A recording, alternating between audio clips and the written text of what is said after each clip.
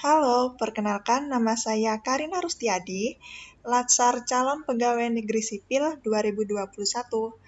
Di video kali ini, saya akan menjelaskan tentang pahlawan nasional sebagai role model ASN.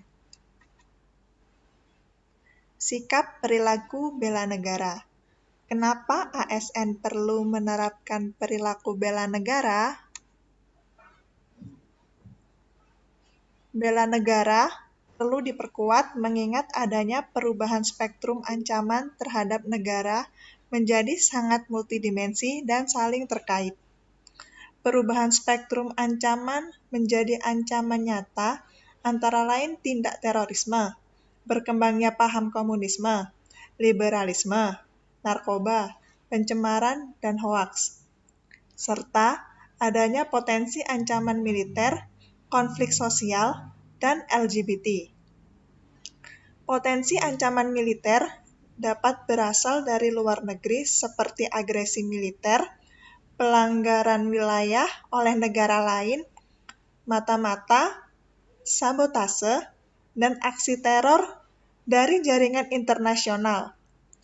Ancaman militer dari dalam negeri meliputi pemberontakan bersenjata, konflik horizontal, aksi teror, sabotase, aksi kekerasan berbau sara, dan gerakan separatis.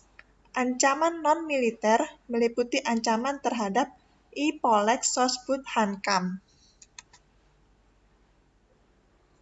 ASN diharapkan memiliki sikap bela negara dan cinta tanah air sesuai konsepsi bela negara. Perwujudan bela negara adalah melalui pelaksanaan tugas sebaik-baiknya sesuai profesi ASN. Partisipasi aktif terhadap perubahan lingkungan strategis, mendiagnosa berbagai permasalahan, serta mengelola perubahan merupakan hal yang harus dilakukan. Dalam pelaksanaan tugas, tetap menghormati kearifan lokal sebagai bentuk wawasan Nusantara. Hal yang lebih utama adalah nilai-nilai Pancasila tetap menjadi pedoman bekerja dan falsafah kehidupan bermasyarakat, berbangsa, dan bernegara.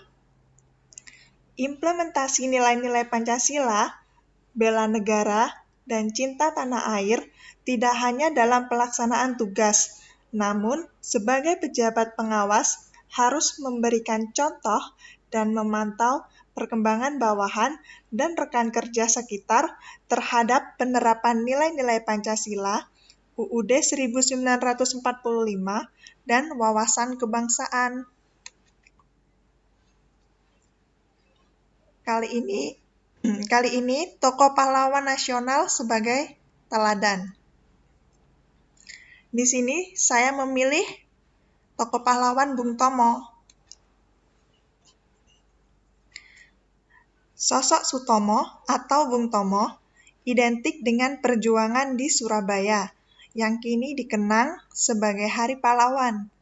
Bung Tomo mewariskan banyak pesan perjuangan kepada para pemuda di eranya. Biografinya adalah Sutomo dilahirkan di Kampung Blauran, Surabaya.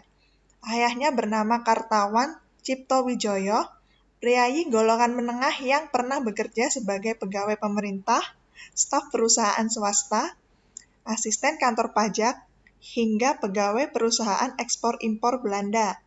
Kartawan mengaku mempunyai pertalian darah dengan beberapa pengikut dekat Pangeran Diponegoro. Di balik sosok pemberaninya yang tak gentar menghadapi penjajah itu, rupanya Bung Tomo merupakan pria yang religius dan soleh. Hal itu tentu banyak diketahui oleh orang terdekat yang mengenalnya. Dikutip dari biografi Bung Tomo oleh Abdul Wahid pada tahun 2019, sifat religius itu sudah ditanamkan oleh keluarganya sejak Bung Tomo kecil. Amalan ibadah wajib dalam syariat Islam seperti sholat, puasa, mengaji, dan zakat menjadi fondasi kuat kehidupannya sehari-hari. Karir Bung Tomo. Yang pertama, KBI atau Kepanduan Bangsa Indonesia. Yang kedua adalah Gerakan Rakyat Baru. Yang ketiga, pernah menjadi Menteri Negara Urusan Bekas Pejuang Bersenjata atau Veteran tahun 1955 sampai 1956. Yang keempat, pernah menjabat menjadi Menteri Sosial ad interim tahun 1955 sampai 1956. Dan yang terakhir, pernah menjadi anggota DPR yang mewakili Partai Rakyat Indonesia di tahun 1956 sampai 1959. Pemimpin Perjuangan Pertempuran 10 November. Ketika pertempuran Oktober dan November 1945, Bung Tomo menjadi salah satu tokoh yang menggerakkan dan membangkitkan semangat juang rakyat Surabaya. Pada waktu itu, Surabaya digempur oleh pasukan Inggris yang baru saja mendarat untuk melucuti senjata tentara Jepang yang kalah Perang Dunia Kedua dan membebaskan tawanan Eropa yang ditawan oleh Jepang. Bung Tomo wafat pada tanggal 7 Oktober 1981 di Padang Arafah ketika sedang menjalankan ibadah haji. Berbeda dengan tradisi untuk memakamkan para jemaah haji yang meninggal dalam ziarah ke Tanah Suci, jenazah Bung Tomo dibawa kembali ke tanah air dan dimakamkan bukan di sebuah taman makam pahlawan, melainkan di tempat pemakaman umum Ngagel di Surabaya, sesuai permintaannya. Bung Tomo ditetapkan sebagai pahlawan bertepatan pada peringatan Hari Pahlawan tanggal 10 November 2008 melalui keputusan Presiden nomor 041/TK/TH tahun 2008. Keputusan ini disampaikan oleh Menteri Komunikasi dan Informatika Kabinet Indonesia Bersatu oleh Bapak Muhammad Nuh. Berikut ini adalah pernyataan Bung Tomo yang paling mempengaruhi, disampaikan pada Kongres Indonesia Raya pertama pada 3 Januari 1932 yang berbunyi,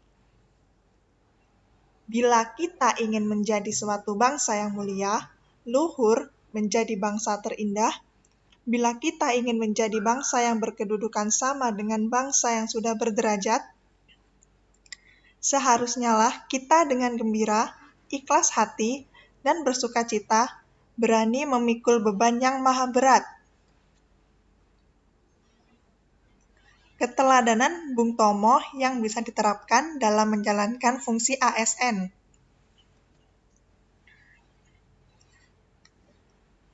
Sikap teladan Bung Tomo.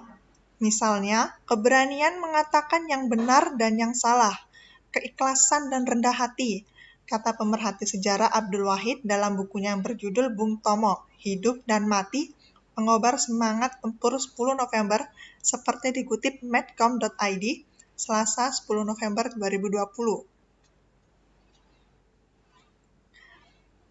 Jadi, kesimpulannya adalah, nilai-nilai teladan yang bisa diambil dari sosok pahlawan Bung Tomo, yang pertama adalah semangat, berani jujur, sederhana, ikhlas, totalitas, dan percaya diri.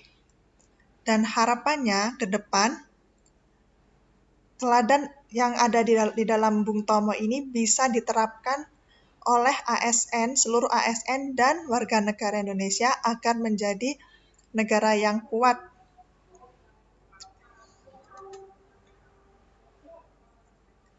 Terima kasih, sekian video dari saya. Bila ada salah kata, mohon maaf.